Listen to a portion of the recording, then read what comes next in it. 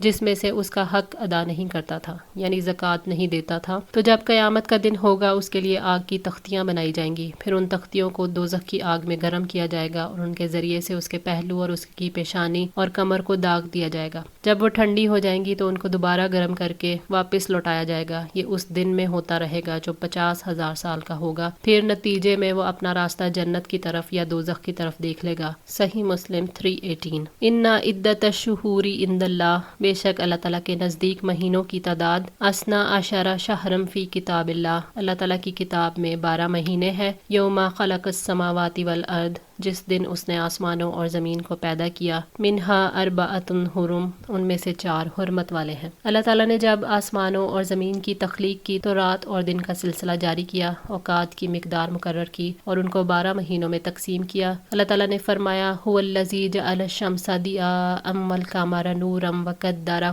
منازل لتعلموا عدد السنین والحساب، وہی ہے جس نے سورج کو تیز روشنی اور چاند کو نور بنایا ہے اور اس کی منزلیں مقرر کی ہیں تاکہ تم برسوں کی گنتی اور حساب معلوم کرو۔ سورہ یونس آیت 5۔ منہا اربعۃ حرم، ان میں سے 4 حرمت والے ہیں یعنی رجب، ذوالقعدہ، ذوالحجہ اور محرم۔ ان مہینوں کے حرام ہونے کا سبب ان کا احترام ہے اور اس وجہ سے بھی کہ ان میں جنگ کرنا حرام ٹھہرایا گیا۔ دور جاہلیت میں لوگوں نے قمری سال میں بڑی بڑی خرابیاں پیدا کر دی تھیں۔ بعض قبیلوں نے مہینوں کی تعداد میں اپنی طرف سے اضافہ کر دیا تھا اور بعض نے حرمت والے مہینوں کی ترتیب خراب کر دی تھی، تو اللہ تعالیٰ کے رسول صلی اللہ علیہ وسلم کے حکم سے ساری خرابیاں دور فرمائی گئیں۔ حرام مہینوں کا ادب اور احترام کرنا ہم پر فرض ہے۔ ان مہینوں میں گناہ اور لڑائی جھگڑے سے خصوصی طور پر گریز کرنا فرض ہے۔ ذالک الدین القیم، یہی سیدھا دین ہے کہ ان حرمت والے مہینوں کو حرمت والا مانا جائے تاکہ اللہ تعالیٰ کی کتاب کے مطابق عمل ہو۔ ابن عباس رضی اللہ تعالیٰ عنہ نے فرمایا اللہ تعالیٰ کا فیصلہ یہی قیم ہے۔ ابن ابی حاتم۔ فلا تظلموا، پس ظلم نہ کرو، فیہن انفسکم، ان میں اپنی جانوں پر۔ اللہ تعالیٰ نے حکم دیا ہے کہ ان مہینوں میں خاص طور پر کسی کو دکھ نہ دو کیونکہ اس ظلم کا وبال پھر تم پر پڑے گا۔ ان مہینوں کا گناہ اور ظلم بہت بڑا ہے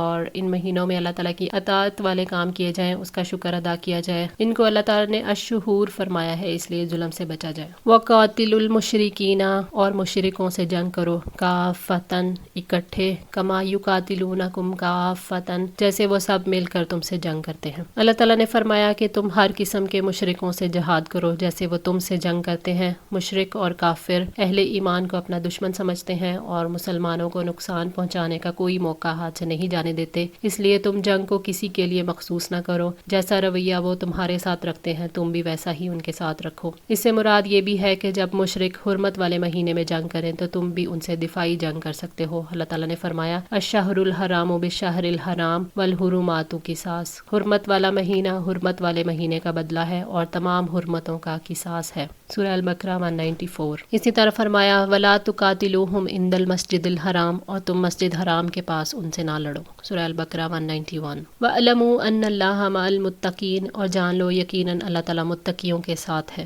اللہ تعالیٰ اپنی مدد کے ذریعے سے تقوی والوں کے ساتھ ہے، بس تم اپنے ظاہر اور باطن میں اللہ تعالیٰ کی اطاعت پر قائم رہنے میں اور اللہ تعالیٰ کا تقوی اختیار کرنے کے حریص بنو، خاص طور پر کفار کے خلاف جنگ کے وقت، کیونکہ ایسی صورتحال میں جنگ میں شریک کفار دشمنوں کے معاملے میں مومن سے تقوی کا دامن ہاتھ سے چھوٹ جاتا ہے۔ تفسیر سعدی۔ انما النسیء، بے شک مہینوں کو آگے پیچھے کرنا، زیادتن، زیادتی ہے، فی الکفر، کفر میں، یدل بہ الذین کفروا، جس کے ساتھ وہ لوگ گمراہ کیے جاتے ہیں جنہوں نے کفر کیا، یحلونہ، وہ اسے حلال کر دیتے ہیں، آمن، 1 سال۔ یہ اہل جاہلیت کی حرام مہینوں کے متعلق بدعت تھی۔ مشرکوں کو جب کسی حرام مہینے میں جنگ کی ضرورت پڑتی تو وہ حرام مہینوں کی گنتی کو پورا رکھتے اور ان مہینوں کو آگے پیچھے کر دیتے، یعنی حرام مہینوں کو حلال اور حلال کو حرام قرار دیتے تھے۔ اللہ تعالیٰ نے ان کے اسی رویے کے بارے میں واضح فرمایا کہ کفر اور گمراہی میں اضافے کرنے والا رویہ ہے۔ ابن عباس کہتے ہیں کہ ابو ثمامہ جنادہ بن عوف بن امیہ کنانی ہر سال حج کے لیے آتا تھا اور اعلان کرواتا تھا کہ ابو سمامہ کی بات کو کوئی رد نہیں کر سکتا، نہ اس کی بات میں کوئی عیب نکال سکتا ہے۔ یاد رکھو پہلے سال کا سفر حلال ہے اور دوسرے کا حرام۔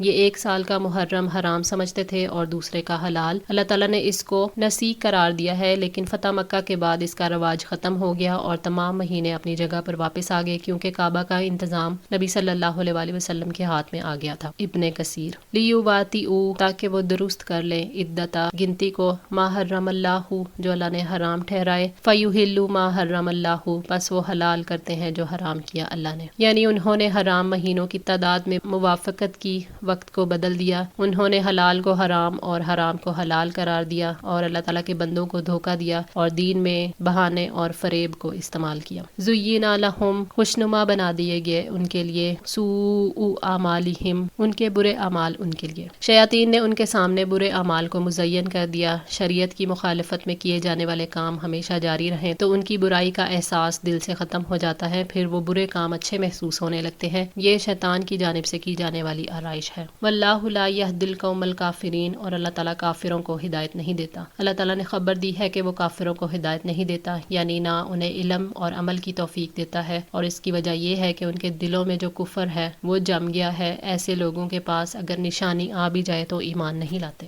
یا ایھا الذین آمنوا، اے لوگو جو ایمان لائے ہو، ما لکم، تمہیں کیا ہے، اذا قیل لکم انفروا فی سبیل اللہ، جب تم سے کہا جاتا ہے کہ اللہ تعالیٰ کی راہ میں نکلو، ثاقلتم الی الارض، تو تم زمین کی طرف بوجھل ہو جاتے ہو۔ یہ آیات غزوہ تبوک کے سلسلے میں نازل ہوئی۔ اس وقت روم دنیا کی بہت بڑی طاقت تھی اور کیسر روم بڑی گہری نظر سے دیکھ رہا تھا کہ اسلامی لشکر جس علاقے کی طرف جاتے ہیں وہ فاتحانہ واپس لوٹتے ہیں، تو اس نے اسلامی قوت سے ٹکرانے کا فیصلہ کیا اور جنگ کی تیاریاں شروع کر دیں۔ نبی صلی اللہ علیہ وآلہ وسلم کو خبر ملی تو آپ نے بغیر مہلت دیے ہنگامی بنیادوں پر دشمنوں کے علاقوں میں جا کر جنگ لڑنے کا فیصلہ کر لیا اور تیاریوں کا حکم دیا۔ نبی صلی اللہ علیہ وآلہ وسلم کے حکم کے باوجود کچھ لوگوں کا غزوہ تبوک کے لیے نکلنا مشکل ہو گیا، کیونکہ مشکل سفر تھا، موسم شدید گرمی کا تھا اور فصلیں پکی ہوئی تھیں۔ نکلنے والوں میں کمزور ایمان والے اور منافق لوگ بھی شامل تھے، اور مقابلے پر صلیبی رومی تھے جو دنیا کی سپر پاور تھی۔ مجاہدین کے پاس سامان سفر اور سواریوں کی بھی شدید قلت تھی۔ اللہ تعالیٰ کی طرف سے ان لوگوں پر عتاب ہے جو غزوہ تبوک سے پیچھے رہ گئے تھے، اور وہ مکہ فتح ہونے کے 1 سال بعد یعنی 9 ہجری کا زمانہ تھا۔ تو اللہ تعالیٰ نے فرمایا کہ تمہیں کیا ہو گیا ہے کہ جب تمہیں اللہ تعالیٰ کے راستے میں نکلنے کے لیے یعنی جہاد کا حکم دیا جاتا ہے تو تم سستی کرتے ہو اور عیش و آرام کی طرف مائل ہوتے ہو۔ افسوس ہے کہ تم آخرت کی بجائے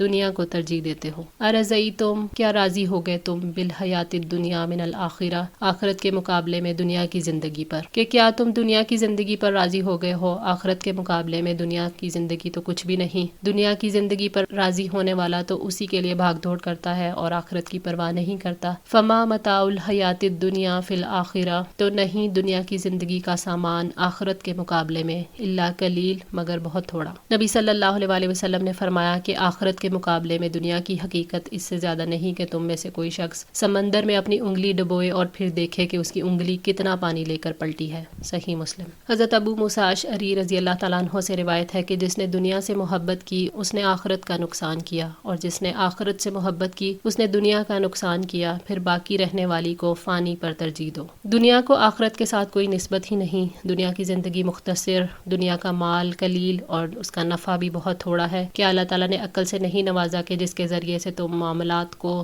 تولو کہ کون سا معاملہ ہے جو ترجیح دیے جانے کا مستحق ہے؟ الا تنفروا، اگر تم نہیں نکلو گے، یعذبکم عذابا علیما، تو وہ تمہیں دردناک عذاب دے گا۔ اللہ تعالیٰ نے فرمایا کہ اگر تم نبی صلی اللہ علیہ وآلہ وسلم کی مدد کے لیے نہیں نکلو گے، انہیں چھوڑ دو گے، تو وہ اکیلے روم کی جنگ کے لیے نکلیں گے۔ جہاد کے لیے نہ نکلنا گناہ کبیرہ ہے جو دردناک عذاب کا سبب ہے۔ جہاد سے جی چرانا، پیچھے بیٹھ رہنا اللہ تعالیٰ کی نافرمانی ہے۔ جب کچھ لوگ جہاد سے جی چراتے ہیں تو جہاد کرنے والوں کی ہمت ٹوٹ جاتی ہے، اسی لیے اللہ تعالیٰ نے سخت وارننگ دی ہے۔ ایک دفعہ نبی صلی اللہ علیہ وآلہ وسلم نے ایک قبیلے کو جہاد کی دعوت دی، مگر انہیں زمین سونگ گئی۔ آخرکار اللہ تعالیٰ نے بارش بند کر دی، بلبلا اٹھے تو فرمایا کہ اگر تم نے جہاد چھوڑ دیا تو اللہ تعالیٰ اپنا دین پھیلانے کے لیے اور لوگ پیدا کر دے گا۔ وَيَسْتَبْدِلْ، اور وہ بدل دے گا، قَوْمًا غَيْرَكُمْ، تمہارے علاوہ کوئی قوم، ولا تضرہ شیئا، اور تم اس کا کچھ بھی نقصان نہیں کرو گے۔ اللہ تعالیٰ نے اپنے کلمے کو بلند کرنے کا ارادہ کر رکھا ہے، اس لیے اگر تم جہاد کو چھوڑ دو گے تو اللہ تعالیٰ تمہاری جگہ اور لوگ پیدا کر دے گا، یعنی تمہیں تباہ کر کے تمہاری جگہ اور لوگوں کو لے آئے گا۔ اللہ تعالیٰ نے فرمایا وَإِن تَتَوَلَّوْا يَسْتَبْدِلْ قَوْمًا غَيْرَكُمْ ثُمَّ لَا يَكُونُوا أَمْثَالَكُمْ، اور اگر تم منہ موڑو گے تو وہ تمہارے علاوہ کسی دوسری قوم کو بدل لائے گا، پھر وہ تم جیسے نہیں ہوں گے۔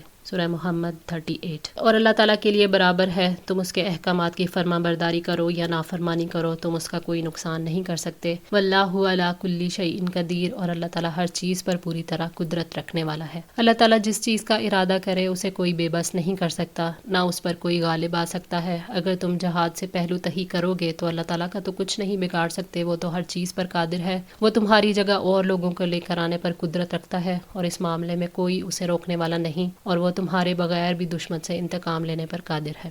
آج کے لیے اتنا ہی۔ دعا ہے اللہ تعالیٰ ہماری اس کوشش کو قبول فرمائے، ہماری غلطیوں کوتاہیوں کو معاف فرما کر ہماری اصلاح فرمائے۔ جزاکم اللہ خیر، والسلام علیکم ورحمۃ اللہ وبرکاتہ۔